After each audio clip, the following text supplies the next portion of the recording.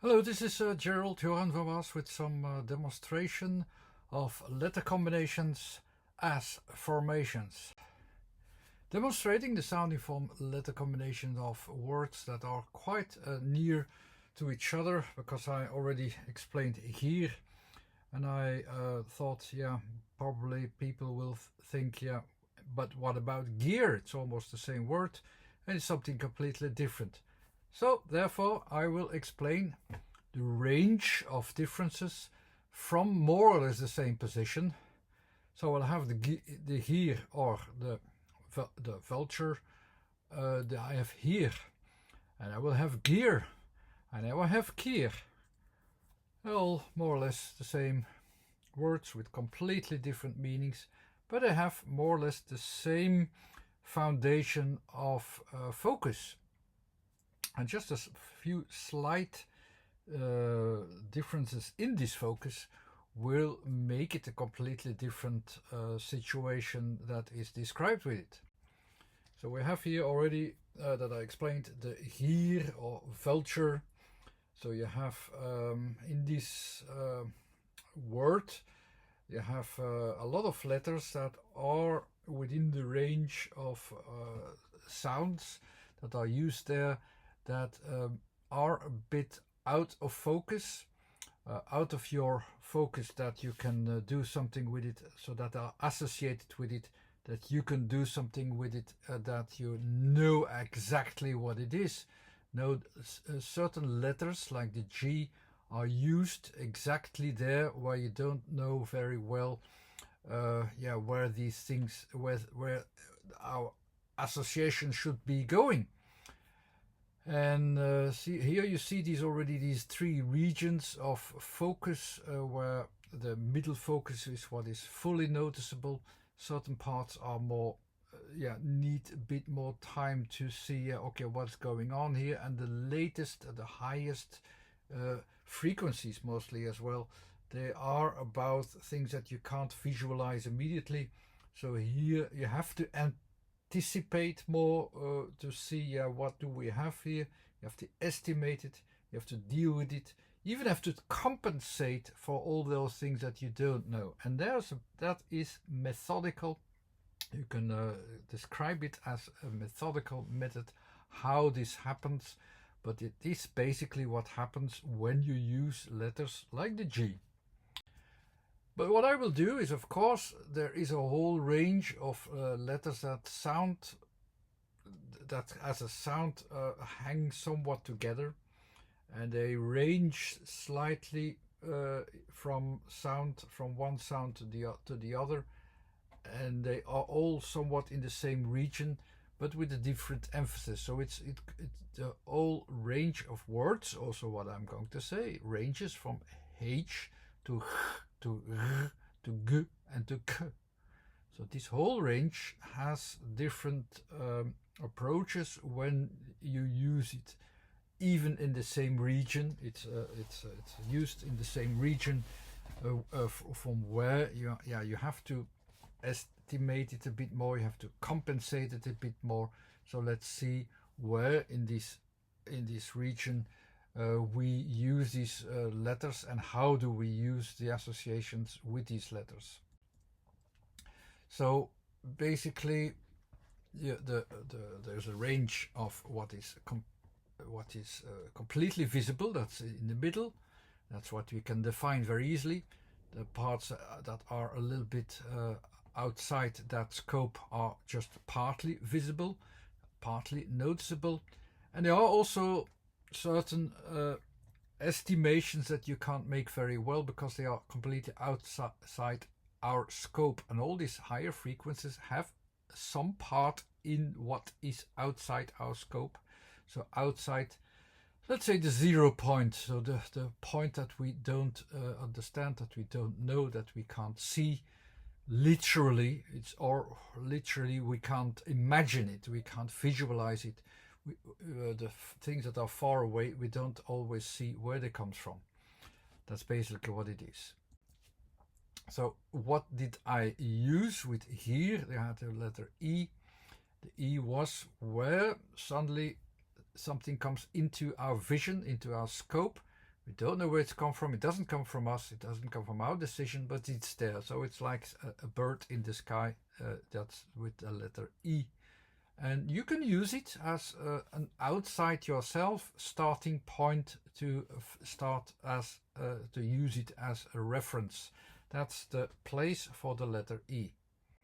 The letter R, which is used R, which I also used in the word here, is the connections between all these kinds of references that come to notice, and you connect all these references together, and together you will see how it hangs together, what hangs together, and so on. So it uses all these connection points that suddenly comes into focus, and then thanks to that we could estimate this whole trajectory of what was basically our vulture in the sky that we saw there flying, because that was the word about here. So the R connected all these dots that we see. Okay, I see it a small time, I see it another time. Okay, and I will try to estimate what the trajectory of this bird is. That's more or less what's behind the letter combinations and the associations in the letter combinations. So I was going to talk about the differences between the whole range of letters between H and G, and additionally the K. The G then was in the top focus, so very far away in your focus. That is actually in two parts. Let's say that there is always some part that you can grasp and that you can see, and another part that you don't. So that is more or less in balance with the G.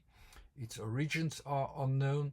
It's too large to grasp, but we can grasp it still because it's there. So it's more or less that kind of feeling.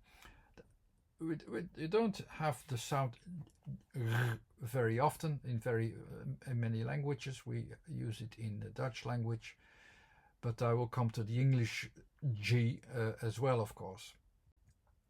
The is a little bit wider in range, also in frequencies, so it's spreading itself a little bit further into the space of what you are trying to grasp, and it is mostly used for that it also has a wider range of associations. It is about you want to get to know things, you start to try it out.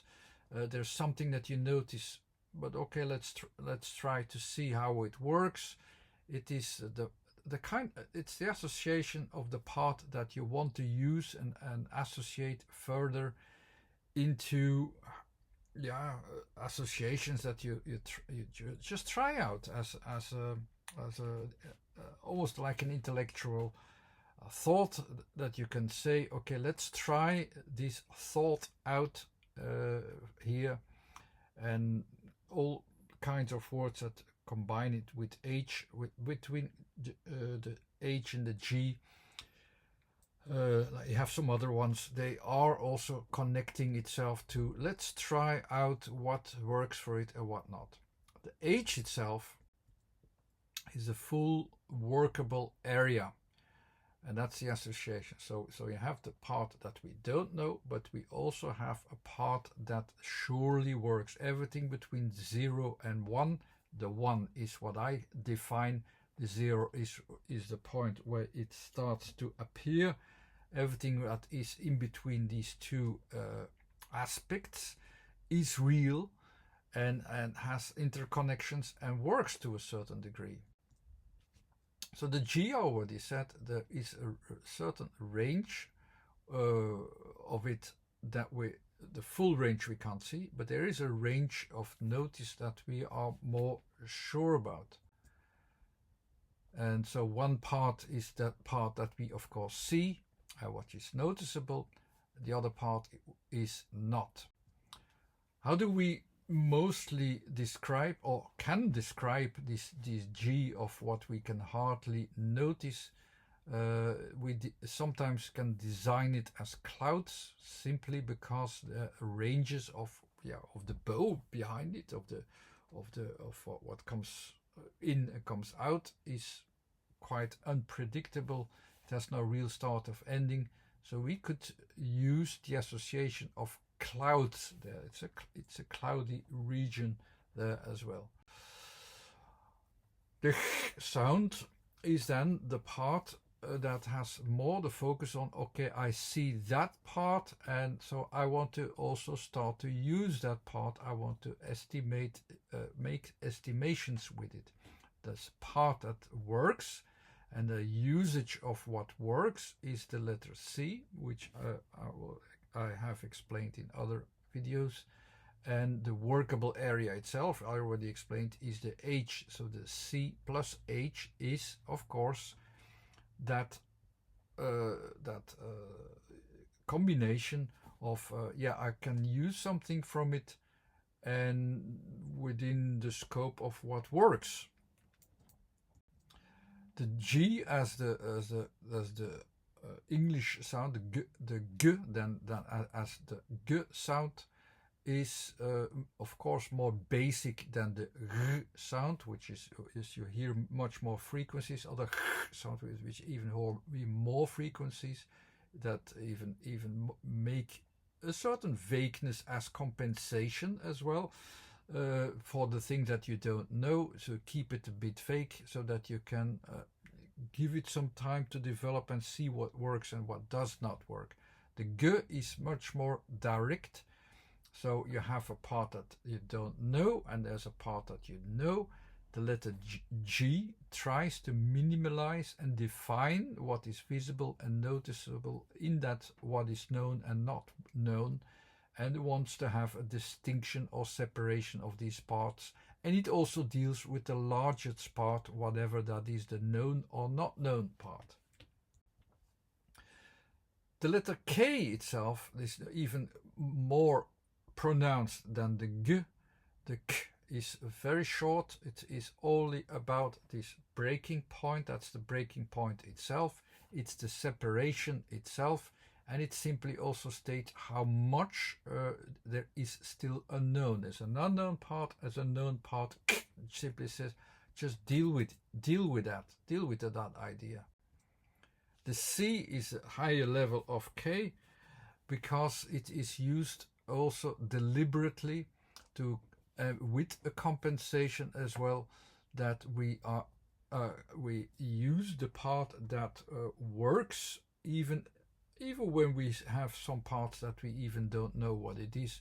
We try to follow up, just like the C does that as well, but also basic idea and a decisive idea of distinction. That's the kind of distinction that is used in the letter C, which is also pronounced as K. But I will go to the H now, the H, and I can start to discover the H by going back to our image from the vulture. So the vulture is on the sky. We sometimes notice it. Oh, it appears somewhere. It appears there for a while. The moment where it appears is the letter E. That's the part where I notice something that it is outside my definitions, but it is there. We notice it and it's outside the normal scope, but it fits in the imagery of everything what we notice. So it's there, we have to deal with it. And the parts that we see, the elements that we see, the moments that we see, that are a different region than the moments where we don't see it, but it's also interconnected. All these moments where we saw it, it's a moment a few moments ago, a few moments later, it's there again.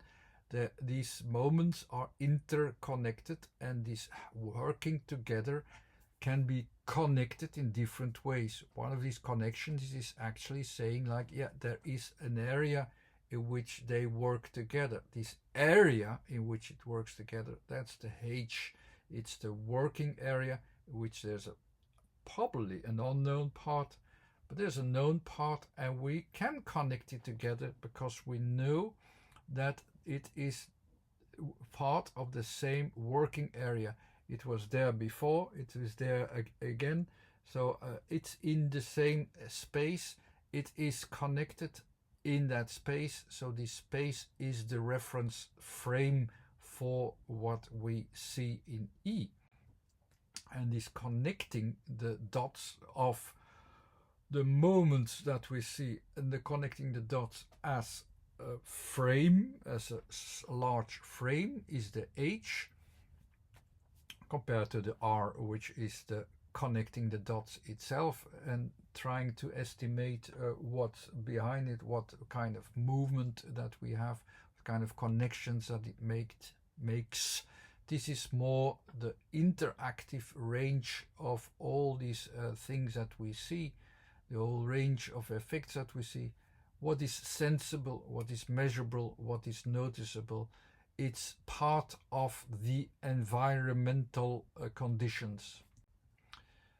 So while the G in general had an effect on us, or can have an effect on us, that there is something hanging above us, and we sometimes see it, it has an effect on us, it has an effect on a certain area of where we behave, where we are, and these behaviorisms that spans a certain area, they are described with the letter H as the area in which this happens. The G is not about the area in which this happens. It's that was more the estimation of something we see, and there are bigger areas behind it, but we don't describe them. There's one area that we know and that we are related with that area. If we confine ourselves to that area in which it's all connected, that's the H. Okay, let's now go to all the variations of EAR. So the GEAR, GIER, KIER, and let's go from here. So I already told you E, that was the parts where we saw it's appearing, and the GIER, or the vulture, as we described it, as that it had a lot of sounds on top that we don't know exactly that to make a reference with it. Yeah, where is it going? How does it look? What is it? What is it going? Where is it going to? It's difficult to grasp it immediately, but we follow it some time, and after a while we know what the object is, we know what the direction is, where it belongs. It takes some time. This GEAR can also be a sound. It takes some time before we find our references, how it hangs together, what it is. So the whole area of what we don't see is dominating, and it takes a while before we can grasp it. The parts that we grasp immediately, it's good to have it once more time, to have these three regions available and see them always very clearly. There is a basic region that we use as our region of definitions, of clear definitions, where we see the things from start to finish. That has a physical directness. It's the physical space that's in the middle. And of course, when we see something that is elsewhere, we still try to grasp it physically as well. But of course, because we only see it partially, we have to overcome our associations a little bit. All these letters on top, with the R, with the E, we have to overcome some elements of it that we can't connect together immediately. That's why we also can't see where is the space where it belongs to, where is it going to. We can't see it. We have lack of information, and we have to use our imagination and estimation to make a very good, not a prediction, but a very good estimation how this hangs together. So we have some things that we can notice in E, that's all the parts, and A in time. So there are noticeable moments where it appears. over a certain time, so E plus A plus time, so notice plus a certain time, and we try to connect even when overcompensating what we don't know. But we will try to find its physical place where it belongs. And when we estimate this, well, after a while we will be able to connect the dots. From there it started, it had that direction, okay, now it's that direction. If we start to connect the dots after a while, so in time, as the R also implies, in time we will be able to also find the place where it belongs. So here's the physical part. This is the next part where we also don't have a definition immediately because some things are changing. So we have to follow what is changing. And the last region was the area where we have to compensate for the lack of physicality or the lack of knowing where it goes, when it goes, and so on. So with the word GIER, where we only see, or with the vulture, where we only saw a part of it in space, and only a part of its movement in time, we have to compensate to make a good estimation. It's necessary to compensate, to bridge, to estimate when all these letters, the G, the I, the R, are there. So when we have elements that are clear enough, we don't need them. If it only takes some time to get there, we don't need them. But if these compensations are there, we have to calculate a bit, we have to estimate it a bit.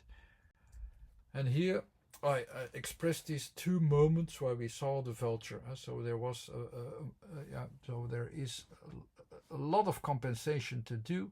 There's a large time frame where we didn't see the vulture, and still we want to estimate where it goes to. I saw it at some time, I see it again at some time, and the compensation actually takes care by connecting the dots that we connect it in time and then also to a place. In time, the green part, in space, the blue part. So it comes after, it comes with a certain delay. The objectivity, the definition comes only in the end. Only in the end the connection can be overcome after a while. And that's what the word GIER in all of its associations as a letter combination has embedded as an underlying meaning. Okay, let's go now to HIER. The H we already know, it's the area where things are interconnected that works there. If it's about objectivity, this HIER is of course only connected with the place of objects. So the HIER can only be at the place. When it's connected with the GIER, so if I make the association from HIER with the GIER and I say, yeah, where is it here? Where is that? Where is the bird? Where is the bird? Of course, it will extend it a little bit because the E's are somewhere else, the R's are somewhere else. So the HIER will be larger, and I am still able to say, even if HIER is no longer here, but it's somewhere else, the word HIER can still be used, but I need some extra help there, that it's no longer, it's not just in my confined space, it's somewhere else. So where is it? It's, yeah, I have to describe it, yeah, but it's not here, it's where, it's somewhere. And where is it? It's over there. The E, I will resume it once more time. The E, you find it where the things are noticeable. The A is where they are after a while. The H is the workable area. The E and the A together as E is what is noticeable, of course, like E, and can to overcome, of course, because to overcome. It's noticeable to overcome after a while.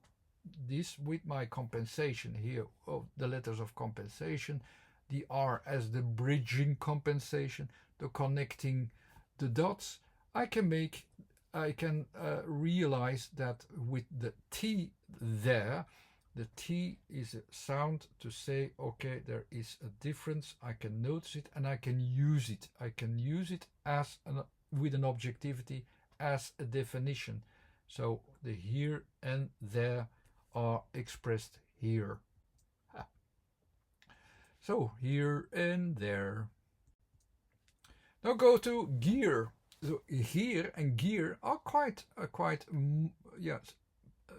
close in sounds, but and they have also as underlying connections in the reference frame of time and space are somewhat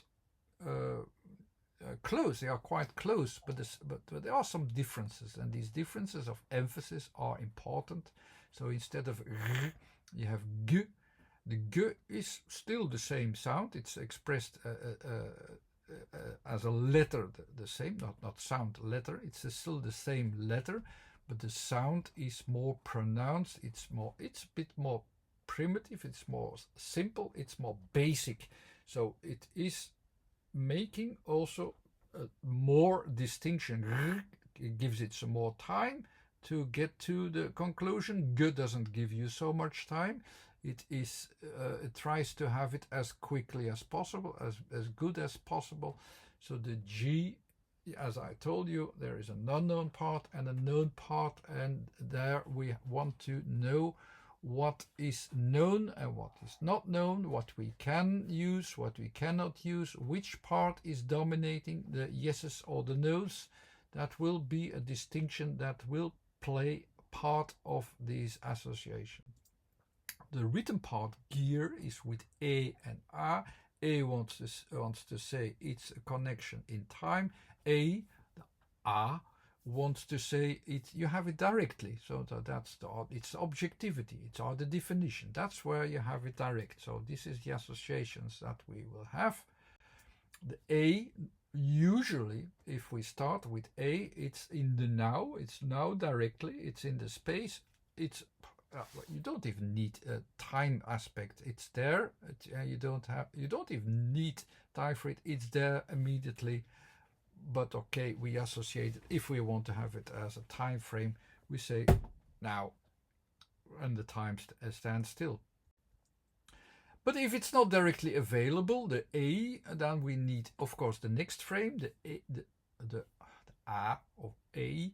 Then we need the E or A.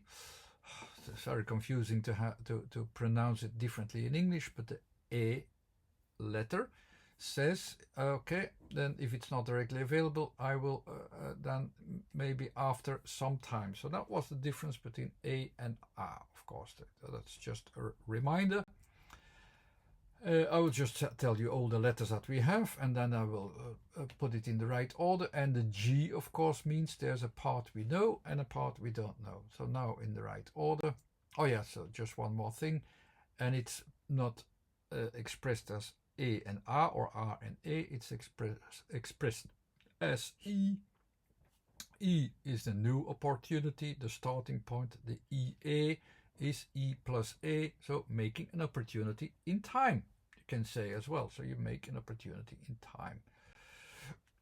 So here it is in the right order. So the order starts from A, timing, and then the object. So we will take some time to discover the object, you can say as well. Or you can say there is a timing involved in the object. The timing dominates over the object. But we start with G, so we start with the part that we don't know and the part that we know. About what? About timing of an object. And the last part is EAR, or by making opportunities, as I said, then we can make the connections. And that's how we can grasp it, of course, because the GEAR or the tools are also about what we can. These are objects that we have, but we don't know what we will what we will use it for, or when we will use it, where we'll use it, what we will use, and so on. But in time it will make the connection, just like with the GEAR.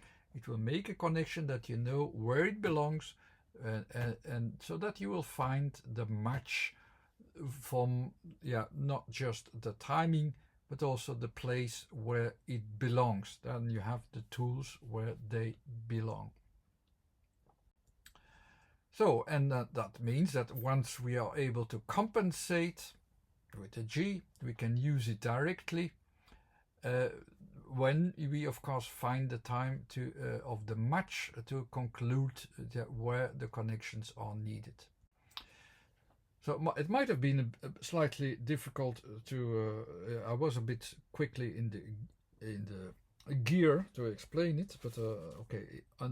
Underneath the everything was there already. Tools, by the way, you could also express and understand easily how you have to understand it. The T, as I said, that's the point where you say, okay, this is I have the definition, so I can use it. The U gives it a perspective of in a timing, so that there is a timing involved, that you can say, okay, I can use it there as well. The L says, oh,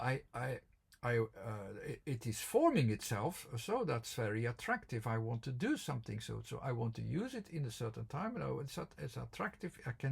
It is developing to somewhere. That's the tool. The L is it's also used for a lot of for several emotions as well, because you are attracted that something is forming, and we also want to use it, and we want to immediately use it somewhere in time. The tools are also having this association underneath. This word has that same association. Okay, I'm distracted a bit. The last word, KIER, which means the crack. The KIER has the emphasis on the K instead of the G. That makes a difference. The K, as I told you before, makes the strongest distinction between what it knows and what it does not know. So, but you know, the G has these two parts that were there. But the K really wants to make the distinction clear. Also has a sound that's in the C as well. He wants to make it clear. And how does he do so? So it makes the borders more clear. What do we have? What do we know? Or what do we don't know? And it shows you the breaking points very clearly. With EAR, we already know these are the parts that we see it, that we can connect to it. These are the parts where it appeared, and so on. Anyhow, to express KIER, we no longer need the G part, or the blue part there, the blue, or the description there. Okay, there is something going. There is, we can estimate something that is coming into notice. This G part we can leave out, because in K we really don't know where it's coming from, and we can't even estimate it at that point. It's the most primitive form of distinction, because here we really have no clue at all what is behind the scenes, what's behind what we can't see. So I leave this the G part out, so this trajectory of the bird, even when it's there, we don't focus on that part so well. In KIER we focus on the breaking point, and something can come out, but now we absolutely have no clue at all anymore. What's the direction, what's the angle in which something will come out of the unknown? Now there is a range of angle depending on how the breaking point is at that point. the angle will be different, and something can come in, anything can come in. It's like an opening. It's like an opening from a question to an answer. It's the opening from the unknown to the known. It's an opening, yeah, from like with the door key or the crack. There's a crack in the door and the light comes in and it seeps through. That's a very good example of how GEAR can be understood, as you can see it expressed here.